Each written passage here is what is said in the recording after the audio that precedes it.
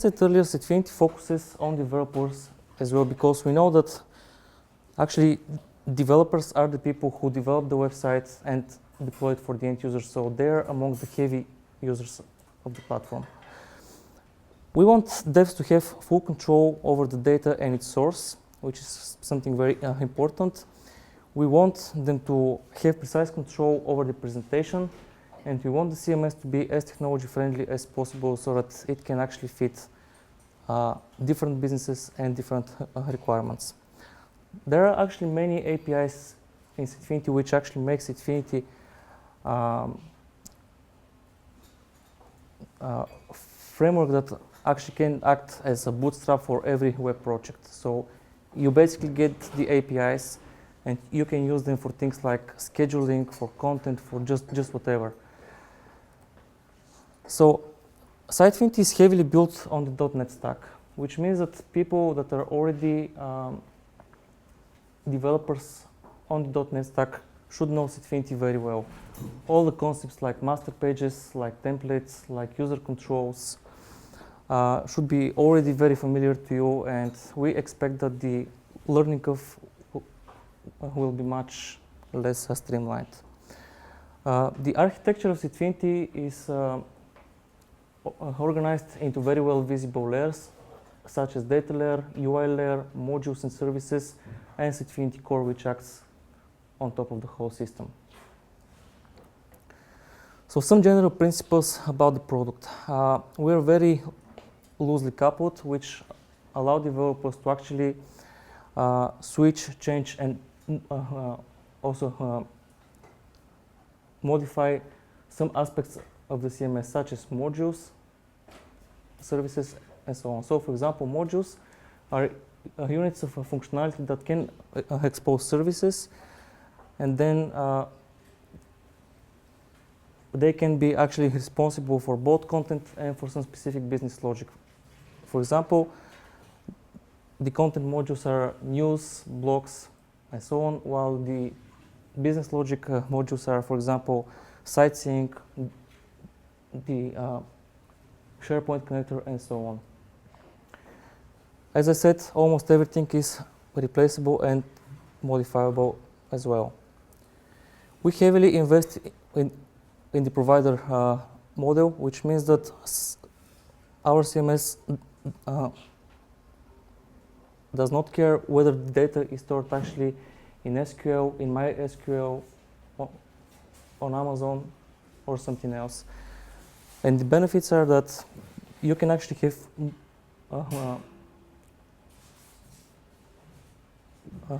have multiple sources of data all working together with the system. Now, as I mentioned earlier, everything is API, which means that we have APIs for REST services and content, for taxonomies, for workflows, for UI, and also system APIs such as synchronization, tasks, integration, and publication systems as well. Now, this on very high level represents how Sitefinity acts as a platform and what there is for developers. Now, what are actually the latest features that boost developer productivity?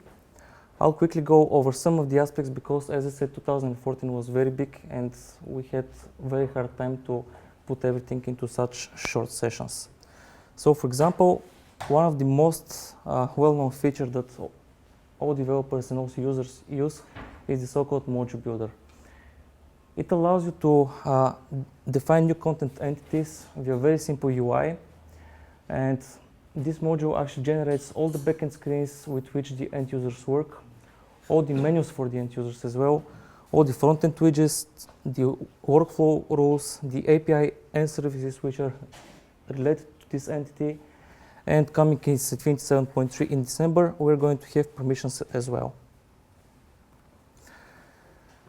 Now, dynamic modules also support multiple child types, which means that one parent item can have multiple childs with different fields, with different workflow rules, and so on.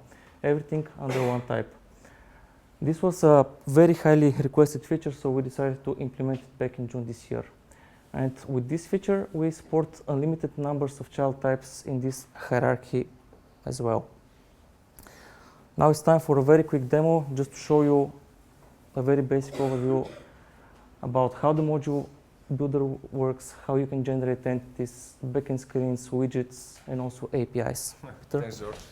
That should be me. So, hi, folks. So what I want to show you now, hopefully we have it here. It's another Sitefinity instance. It's like a blank sheet. We have the requirement to build a module. In our case, it will be a conference. And we're tasked with this as developers. So the goal will be to quickly build this from scratch. So you can really see the whole process from A to Z. So even developers need to log in. So let's do it.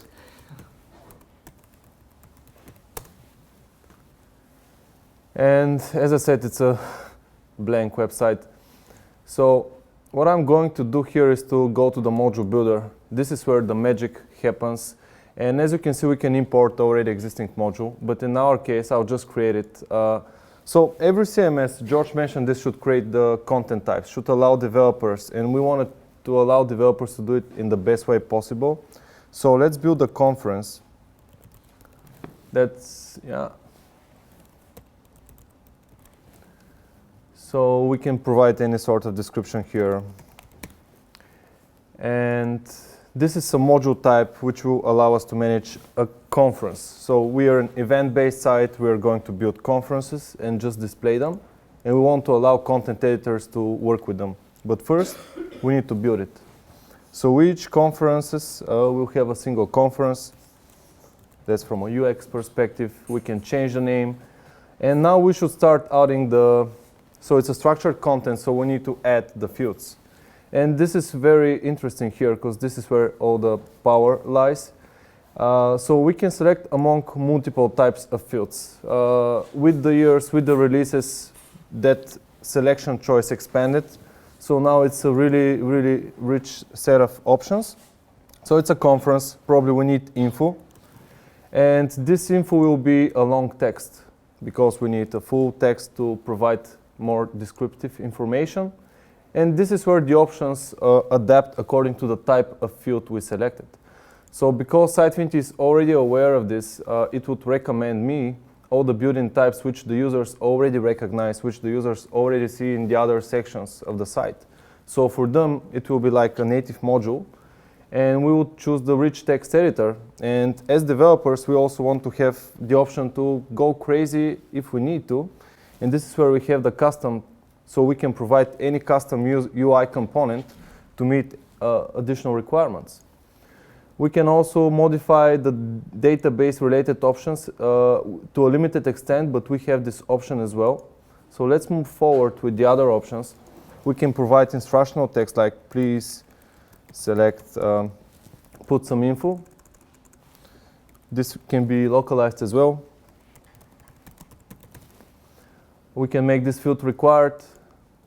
We can also have this field localizable. And in a similar fashion, we can add as many fields of different types as we need to. We can provide address field, which is geolocation based. We can provide classifications and reuse what's already in there. We can provide different types of fields, datetime, booleans. So a lot of options are available. So with this set, I can just quickly click Finish and show the other options. So you already got the idea. The idea here is to just provide the big picture for a short time. So we are activating the module. Sitefinity builds all the data tables behind the scenes. And we have it. So let's make it even more complex. This is something George mentioned, like the ability to branch it. So we can add a different content type within the domain of the conferences. And in our case, probably we would need attendees. So we can record them. So in a similar fashion, we can add as many fields as we need. But this time, we would say that each conference would have a set of attendees. So we can do this. And following this process, we can add more and more types. Let's say a conference might have a set of sessions. So we can easily add another type, which will be a session. And this is something really powerful here, because you can build all the relationships between the content as well with this structure. And we can add a picture, description. And once ready with the structure, we can always export it or go back to modify it, add validations, regular expressions to control the user input as well, which is very important. And now when we have this structure, what we can do is access the code reference. That's a dynamic type. Remember, we just created from scratch, excuse me. But what Sitefinity does for us is that it gives us all the types with very nice documented examples, very specific for this type. So C# or Visual Basic, we can see how to work. It's very straightforward. We can call the dynamic manager. We can set the value of the individual fields. And what's even more interesting is that we have it in our project applying for all the types we've just created, and we can see it in the UI. So it's very, very nice, because without doing much of an effort, now we have additional modules which behave like the built-in modules. They implement the same infrastructure, multilingual, permissions soon, and web services for the backend. So let's just create our first conference. OK. Excuse me for this. And we can try to publish. Oh, this field is required. It's good we have validation. It is awesome. I think that sounds better. And we can publish it. And as you can see, we can edit the attendees. So it's a very native experience. We have the API, we have the UI, and we can also modify the backend experience by just going to the features such as the edit backend screens. So we can go to this module, edit the fields, add permissions if you want to, and even edit the backend screens of each of those types and modify the columns, modify the edit experience. And last but not least, we can go to any of the pages, in our case 0. So let's just create our home page. And within this page, we would have the widgets, all we need to display those events with the same features like the other widgets, with templates which developers can control to meet the mockup HTML. So this is how it works, and I hope you find it useful and interesting. Go. Yeah, thanks. Thank you.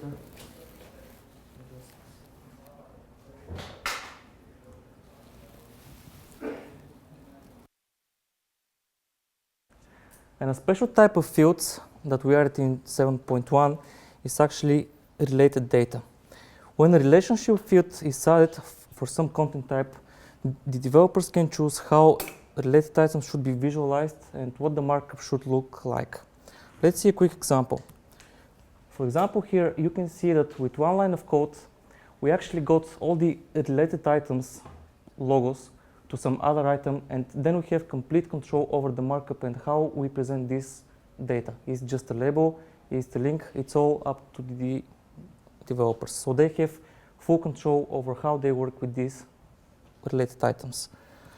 Now, next screen, in the core API, it's just as easy to create relationships. So for example, here we have a journalist and a news item, and with just one line of code, we actually create a relationship between the journalist and the news item. So we can just use, again, one single line of code to get all the related items to some news item. It's, again, time for a quick demo, and Peter will show you how this looks like from the developer's perspective. Thanks again. So what we can do to show you this time, Actually, close the window. yeah, I would rather open up a different website. Just give me a second. All right. I think it's that website. So this time it's a completed website. Actually, it's available for anyone who wants to play with it. It's on GitHub. So we have built a website from scratch to really showcase different features of Sitefinity. It's built with MVC only. So what Georgi just shown was built with web forms, how you build the relationships on the templates, but you can surely use the same approach with MVC templates. So I would go in the backend of this website, which actually shows, it has a collection of different articles which are aggregated into different issues, like monthly issues, collection of articles, they have related authors. So you can already see how we use the related data to relate articles to issues and relate the authors to the different articles. So I would go in the backend of this different website. And here, what I want to show you is how we have done this. Again, we have used the very same concept of the module builder to build the types we want to manage. In our case, the requirement was for issues, which have related articles. So if you go to the issues module, you can see that following the approach you've just seen, we have added fields, but those fields are actually related data, which is available. And when we select such a field, you can select which type you want this field to relate to. So when you select a different type of, let's say we want to relate events, so we can select events. When we move on with this, as you can see, as developers, we have few options. So we can not just control the UI, we can also control the business logic. And in our case, the business logic is, can we relate multiple items to this, or is just one? And this is where actually you can build the one-to-one relationship, one-to-n relationship, or many-to-many as well. So this is how the field is related. So any module you create, built-in or even dynamic, will become first-class citizens, so you would have exactly the same features. Because, yeah, you can create unlimited types of content, but then you need to build the relations, because information lives in connection to other information, and this is what we try to replicate with this feature. So you've seen how we do this on business and also data layer, but let's see how we manage this on presentation layer as developers. And for that purpose, I think I have it in Visual Studio here. Let me just... So this is where we're building the MVC model of the issue type. So as you can see, when we built individual issue using the API generated by Sitefinity, you've just seen the API reference. This is exactly what we use here. By the way, can you see on the back row? Do you want me to zoom in? OK, that's good. So this was exactly the API we were generated by Sitefinity to get the title of the items. In a similar fashion, we have used the get related, the related data API to get the related news items to that type. And then it was very easy for us to build the presentation layer here. So we have just modified some variable in the Razor view to store what we need, because it's iQueryable. So we just use this to get to the database. So evaluate it only on demand. And then we just use for each of those related articles, we just use any markup we wanted to represent this relation. So this is what we were using as developers to put all the pieces together. And the simplicity here is really what I really like about the features, and hopefully other developers like as well. So, yeah. Thank you, Peter. So the next topic that I would like to talk about is integration. We believe that the CMS is not a standalone thing that lives on some hosting or on some server. It's usually part of much larger deployment, and should speak with also document management systems, CRMs, ERPs, and so on. That's why we provided a number of connectors, such as for SharePoint 2010-2013, for SharePoint Online in December, for Salesforce, for Marketo, for MS Dynamics through partners, and also through our Telerik backend services. Sitefinity is, you can build integrations also through the API, as I mentioned, through the data provider model, through the REST and service tax services, and through the Sitefinity native and Fluent API as well. Now, what is in the works? One of the actually biggest projects that we were moving on was the full support of MVC. So our plan is to have Sitefinity an MVC CMS to its core. Therefore, we have introduced the so-called Project Feather.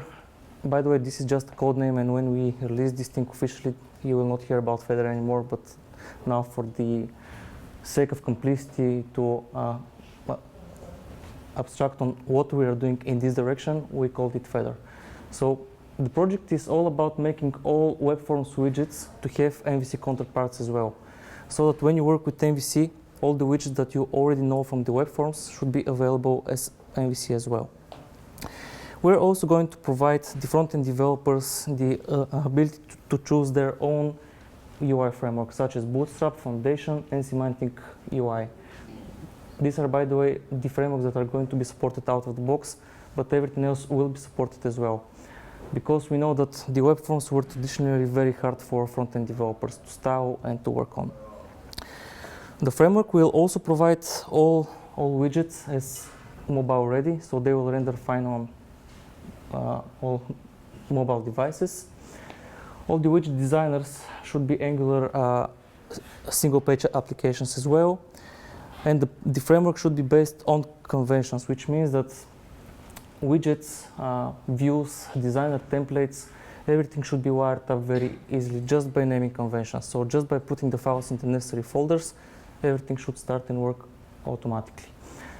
Last, we're trying to package more than just themes. So the developers and front-end developers will be able to actually package all their CSSs, images, widget templates, and master pages in one common package, and then distribute this package to the number of websites that they might have. And the best part of this is that everything is open source and it's hosted actually on GitHub, so that you can follow all the progress and what we check in like on daily basis. So what is the state of the project?